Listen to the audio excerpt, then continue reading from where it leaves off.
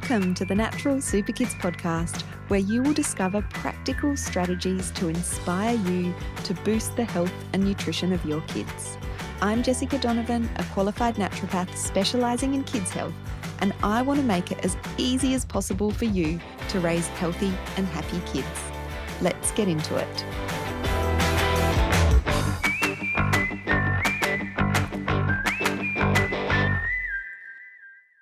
We have another very special guest on the podcast today who I'm dying to introduce you to. She is near and dear to me. It is my sister, Emma Holdsworth. She's also a family counsellor. And today we are going to be talking about how unpacking your relationship patterns makes you a better parent.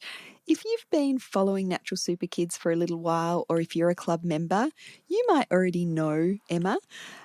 She's done some trainings in the club for us, and I've done some lives and things with her in the past because her work really complements what we do here at Natural Super Kids. So I'm excited to have her on the podcast as our second ever guest.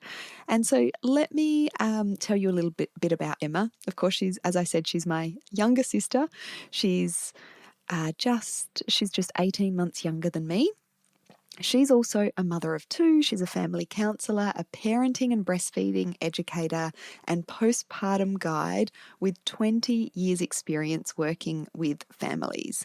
She's passionate about supporting pregnant and new parents to feel empowered to become the parents they truly want to be.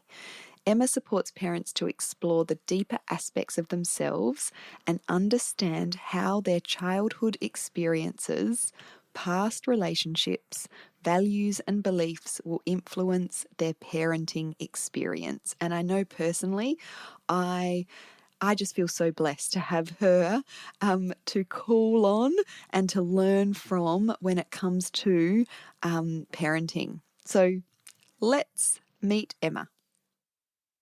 So welcome to the podcast, Emma. It's great to have you here. Can you start by telling us a little bit about yourself and your business? Sure. So I'm Emma Holdsworth, and I have a counselling practice in Southern Adelaide called Treehouse Family Counselling.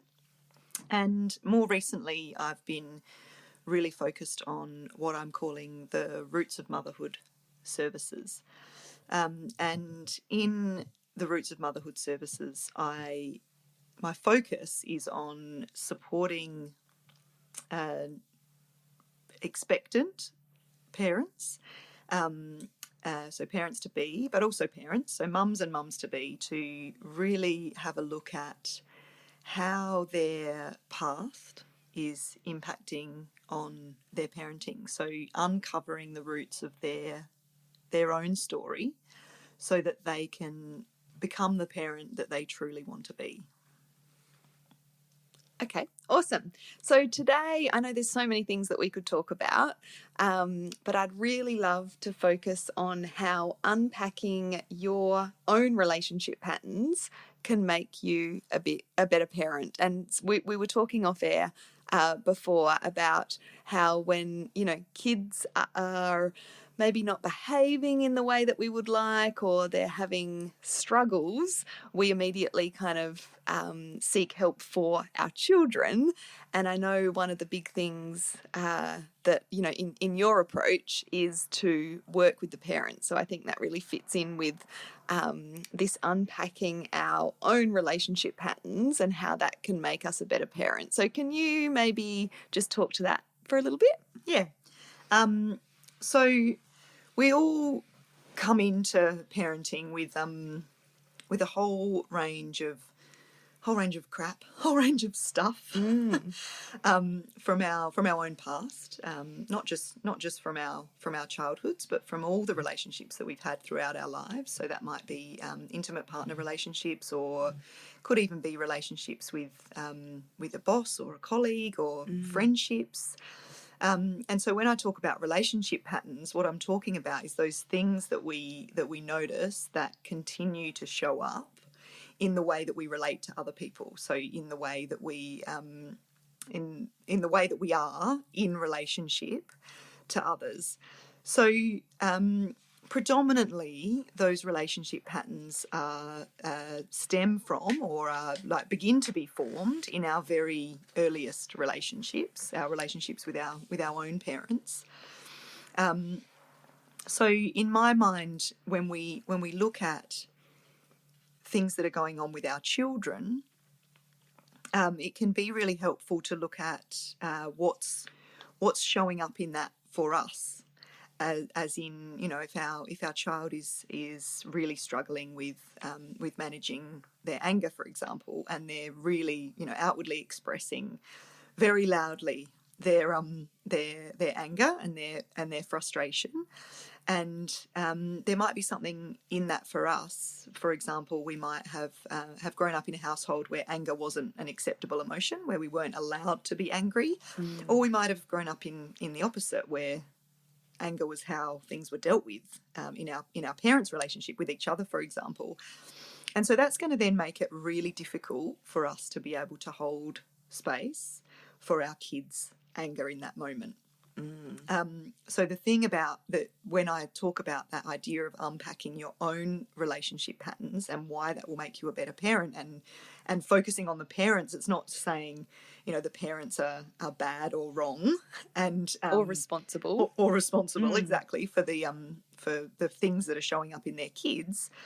But really, when we think about what children need to be able to manage, they need support from their parents, and they need their parents to be able to feel well enough in themselves and have enough space in their support bucket, I guess we could call it, to be able to look at their child's anger with curiosity and a sense of compassion for their child, and look at, okay, so what's my child trying to tell me? I believe that all behavior and emotion is communication in kids, so they don't have the ability to articulate in words often how it is they're feeling.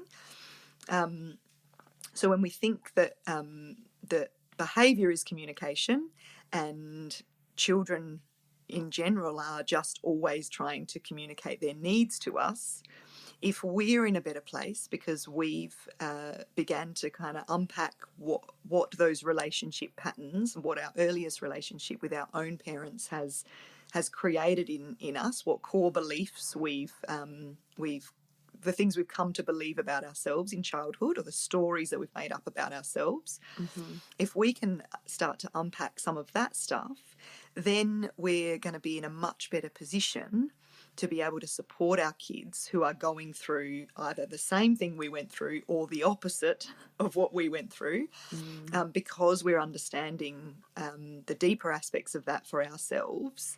There's a lot we create then within ourselves, a lot more space to be able to look at those things for our children with curiosity and compassion. Yes, so powerful. And I think even just that reminder that behavior, all of our kids' behavior is communication. If we can just step back and remember that more often. I mean, I've heard you talk about that before, but I think we need that constant reminder that, whatever our children are sort of exhibiting in their behaviors, they are just trying to communicate something with us. And the other thing that came up when you were just speaking is, we've all got those friends that their children might act in a certain way, and we kind of see it and think, oh gosh, I just couldn't cope with that. Or even the opposite, like that maybe our friend reacts in a certain way that we think is, oh, that was a bit of an overreaction in our view to that particular behavior. And that comes back to the fact that, whatever the kid's behavior is, if it's problematic for us, it's triggering something in us, I guess is what I'm sort of trying to say. And just being aware of that is super important. And we've talked before about, certain ages. So when our kids are at a particular age exhibiting a certain behavior, or we're getting frustrated with something, it can be helpful to look back at what our childhood was like, or what was happening for us at that age. Can you talk a bit about that? Yeah, so I think I find when I work with parents, and that's one of the first questions that I ask them when they come to me and they say, they might say, "Oh, my 5-year-old is really struggling with my 5-year-old. Like it's been really easy up to this point, but just this last few months, I've found that I'm really struggling to manage their big behaviours or whatever it is that's going on for them." And when I ask parents to tell me a little bit about what life was like for them at that age, it's often then that they can have some of those aha moments about, why is this so infuriating for me, this particular behavior? Because when they say, "Oh, it's been really easy up until now," it's not like another parent might not have seen Yes. those earlier behaviours as really easy. It's just that they haven't triggered something in us, which is so often, not all the time, but so often I find that there's a really close connection there with something that something that happened to you or something that you weren't able to express. More often it's that. It's, I wasn't able to express and be supported with this particular thing that is going on for my child right now when I was their age. And it's the most difficult things to support our children with are the things that we weren't supported with. If I wasn't heard as a child, it's really difficult for me to really hear and really listen to my child's big feelings if I didn't have that experience. Because where would I learn to do that? And it's at that point that you're in a child. Well, I now say inner children because I think there's so many in there, so many different parts and aspects. But it's at that point that your inner child is, sort of screaming out, "It's not fair." There's a part of you that feels like there's an injustice here because you're expected to give this over to your child when your inner child never experienced that. Yeah, and that can kind of present as a bit of as really an intolerance to that behavior. Yeah. And that's kind of what I was getting at before. All of us have different levels of tolerance for different behaviors, don't we? Yeah. And so we've got to kind of look at those as in a curious kind of way. Why am I triggered by that when perhaps the next parent would not even think twice about that particular behavior? And so looking back at our childhood experience is a really good way to start to be aware of these kinds of things and the way we're responding to our kids. Yeah, and I think on that it's important to say that that there's no such thing as a perfect parent, and that goes for us as parents trying to work it out how to do it, but it also goes for our parents.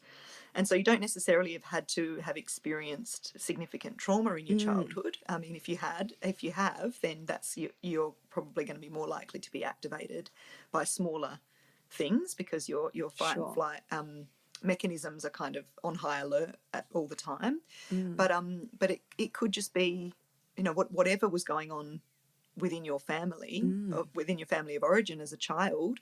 It might just be that your parents were having a particular experience in their relationship at a particular time, and it meant they didn't have the kind of space to be able to really listen to you, or for you to be able to bring your feelings, or they're just children of their parents who are just children of their parents doing the best they can at that particular time. So it's not, and this is really what you started off with, it's not about blaming our parents or feeling guilty as parents ourselves, but it's just sort of tuning in and being aware of these things. Yeah, because I think often parents will say to me, "Oh, it's too late. I've already done the damage," and I think that that's as far as possible from the truth. I think there's always space for self-development and looking at things more deeply, but also we're all just doing the very best we can with what we have and the knowledge that we have, and generally our kids will be all right. Yeah. And I mean, parenting, it's the biggest kind of personal development journey we can go on, For sure. If we let it be, and really work on this stuff, which is important. So I also wanted to have a bit of a chat about something that I read on one of your recent Instagram posts. And you can go and follow Emma on Instagram at, what's your Instagram handle? Treehouse_Emma. I'll pop the link underneath because I you're sharing some really great stuff. And as I said, it's, a lot of this stuff, if we're aware of it, we still need those constant reminders. And so that's what I love about sort of, seeing your posts and having you as a sister to give me these constant reminders. But not everyone has the benefit of having you as a sister.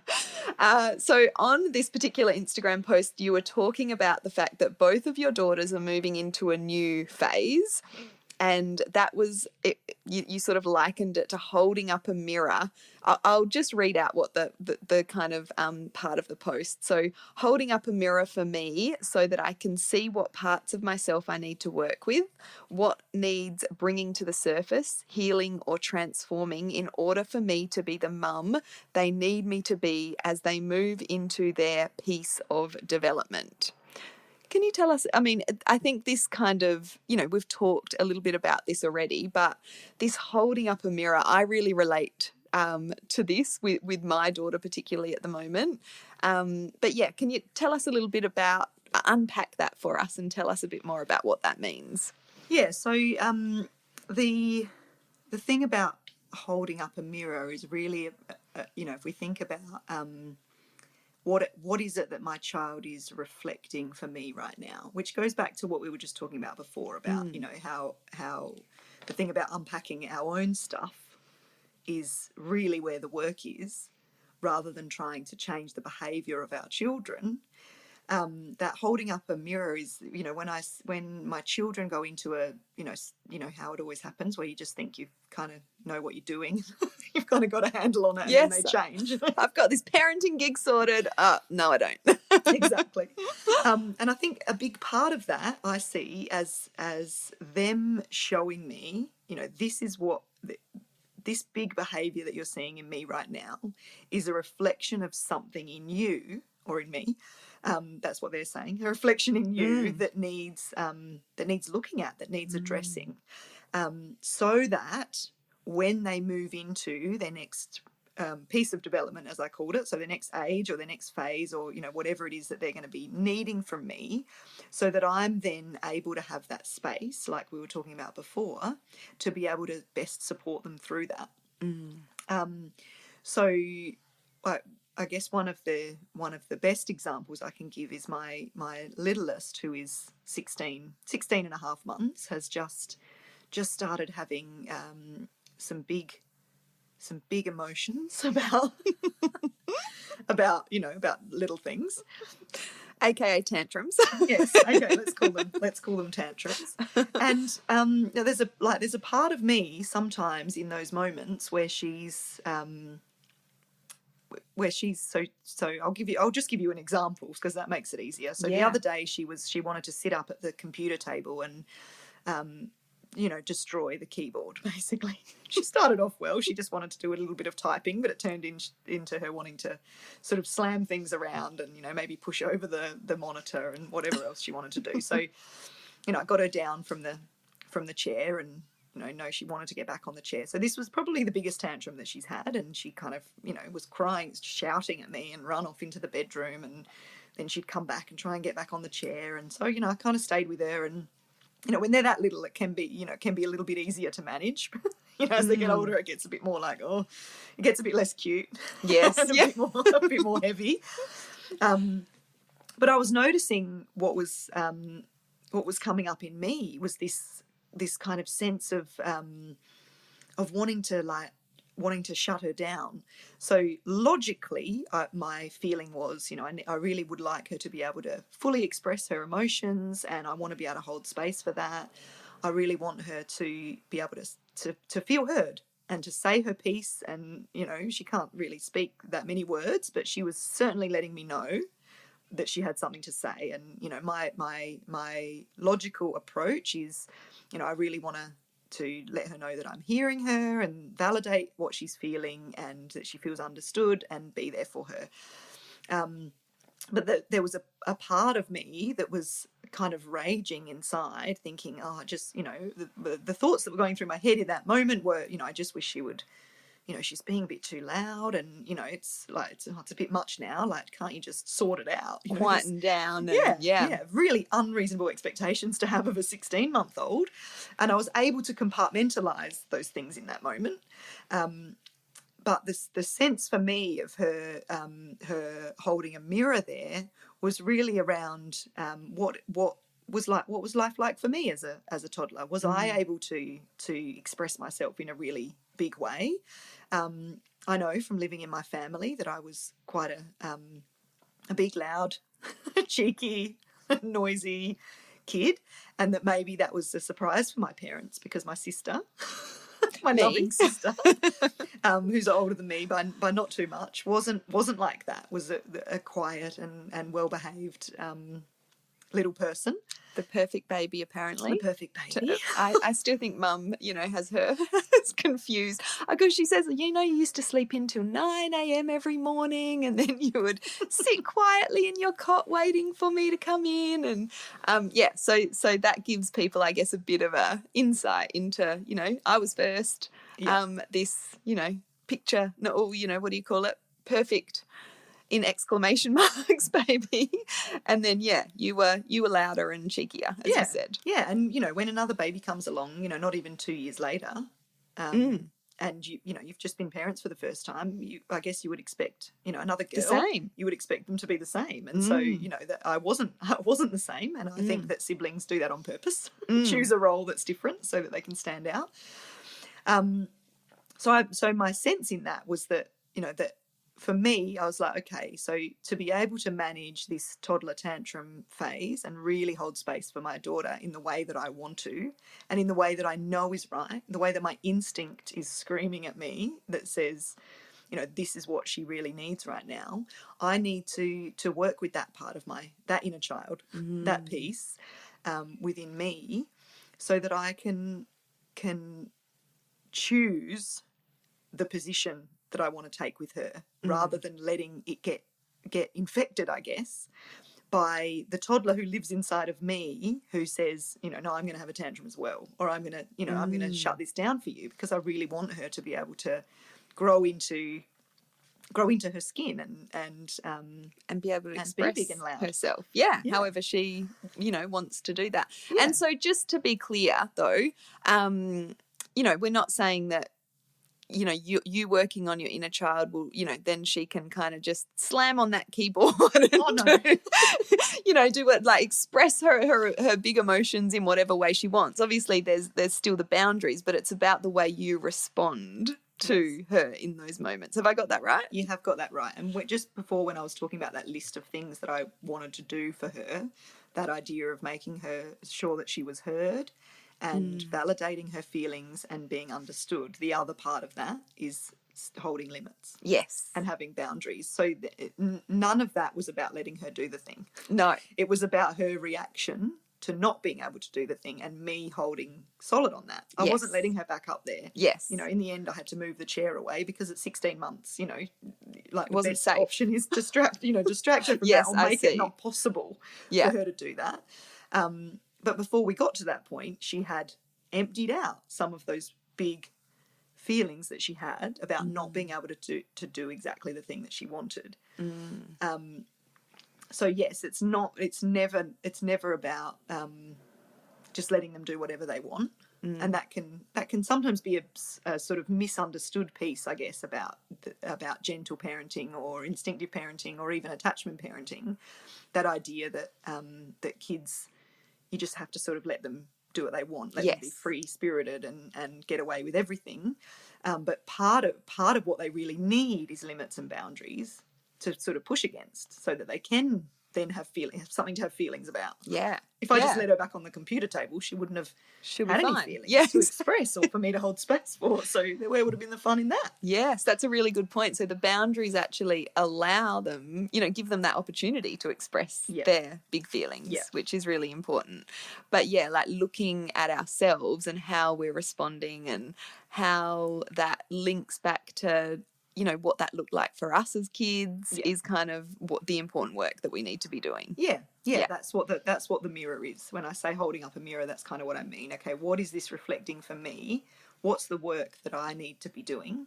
What are the parts of myself that I could improve or look at, or with my own therapist? What do I need support with? What needs healing? Which part of my which piece of me, which inner child, which not necessarily even inner child, because some of those parts of us are developed in our adult relationships as well. Yes. But which part of me do I need to give love and attention and affection to, so that I can then safely hold that space for my kids when they're bringing to me the thing that inner child struggled to reach, Yes. that piece of development, or get what they needed in that moment of my childhood. Yes, that makes sense. So the things that we are triggered by are those red lights that, it's like, well, hang on a minute, what do I need to look at here?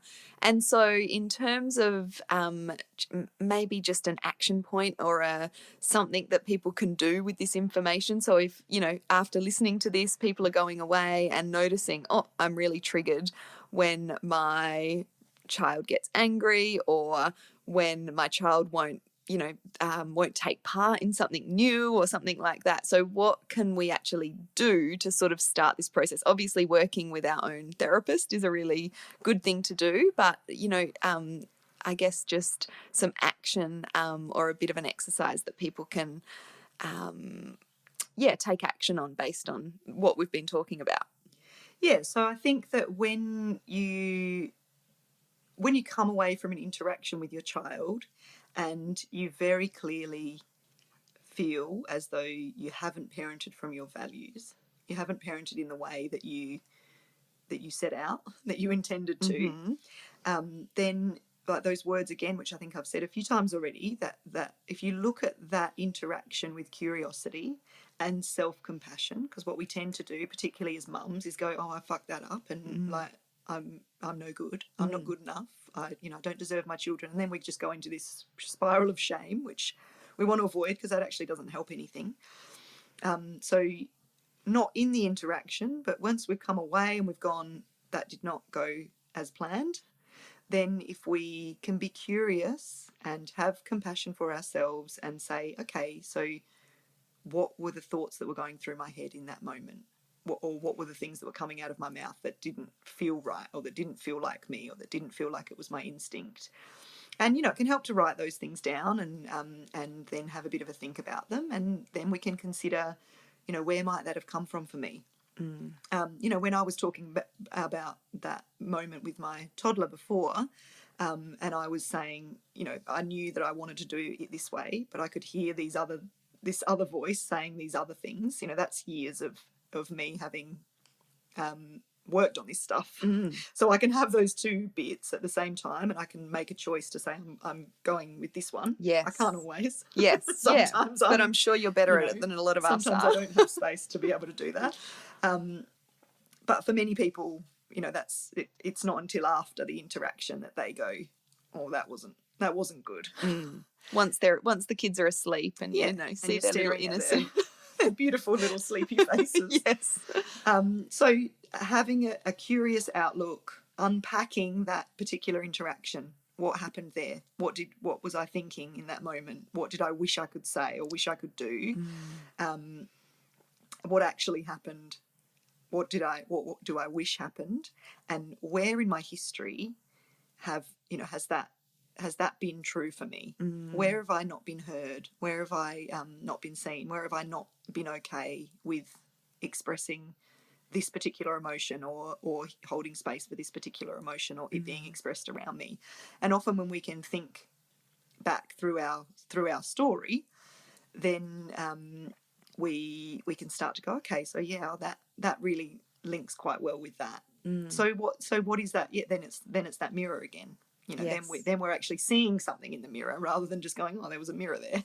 Yeah, and this is so powerful. It's really taking a moment, or and it doesn't have to be immediately, but really thinking about those times, because we all have those times where we feel, guilty about the way we responded or reacted or handled a particular situation. But often, life's busy, we move on, and then we and I'm sure lots of people listening notice these same patterns in their parenting that don't feel good. But if we can sort of take some time to think and to journal, then it's just that awareness, isn't it? And that will lead over time to us responding differently. Yeah. Over time, it will lead to being able to have those two pieces at the same time, like I was talking about, where you go, no, I'm going to choose this. Yes. I'm going to choose to respond from this place, because I know that this is this part of me, this inner child or this inner adolescent or this inner previous relationship participant who is arcing up, and later on I'll give that part of me some love, or meditate on that, or whatever it is that you want to do to connect to that part of yourself,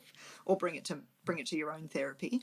But being able to, in the moment, make a choice to say, this is parenting from my values, happens by that continual self-reflection and curiosity and compassion for ourselves, and looking at each of those different interactions and seeing what you can find in there. Yes. I feel like this has been a bit of a therapy session for me because, I've been my daughter's been struggling with quite a bit of anxiety and not wanting to go to school and everything this year. She's 11, so, the hormones are all over the place. But just last week she had, I drove her to school, and she hadn't quite recovered from a little cold that she had, but in my opinion, she was well enough to go to school. So it was a bit of a struggle to, get her ready and get in the car. We drove to school and she refused to get out of the car. And this has happened a couple of times this year. When she was littler and this would happen, I could pick her up and kind of take her into school. Now she's 11, that's not possible. And so she didn't go to school, and I responded in the car on the way back with words that I do feel guilty about, and there's shame. I was frustrated and I was angry. And, I had a very, very similar disposition and personality when I was a child. And so this is something that I definitely will go and journal and think about in terms of, what is that mirror trying to tell me? So thank you. And I just wanted to kind of bring, obviously Emma shared the example of her toddler, and so I just wanted to bring another example of a tween. And this is very, we're in this at the moment, so I can definitely share more on this as we go. But yeah, just that little bit of an insight and a different example I thought would be helpful as well. And so thank you so much. And I just wanted to say, if you are a Natural Super Kids Club member, we have a video chat with Emma about inner child as well. So if this has really if this has sparked some interest, or this is a topic you're interested in learning more about and you're a club member, that video is in the membership for you. And we also recorded a really powerful meditation, which is, that kind of next, I guess, action step or thing that you can do to really tune into your inner child. I know when I did it, and maybe I'll go back and do it because, on this kind of, timely topic that I'm talking about with my daughter now. So that is an exercise that is in the membership as well. And if you're not a club member, but you are interested in learning more, I'll pop the waitlist link in the comments too. You can hop on the waitlist and we'll be informed when we next open. So thank you so much for joining me today. I'm sure the listeners got lots out of what we talked about. And can you just tell people where they can find out more about you? Yes, so on Instagram, as I mentioned before, treehouse_Emma. And you can also find me at rootsofmotherhood.com.au. Okay, beautiful. And I'll pop those links in the show notes to make it really easy for people to find you. And I'm sure Emma would love it if you reached out on Instagram and sent her a little message telling her that you'd listened to the podcast and what you thought about it. I would love that. Awesome. Thank you so much. And I will be back next week. See you later.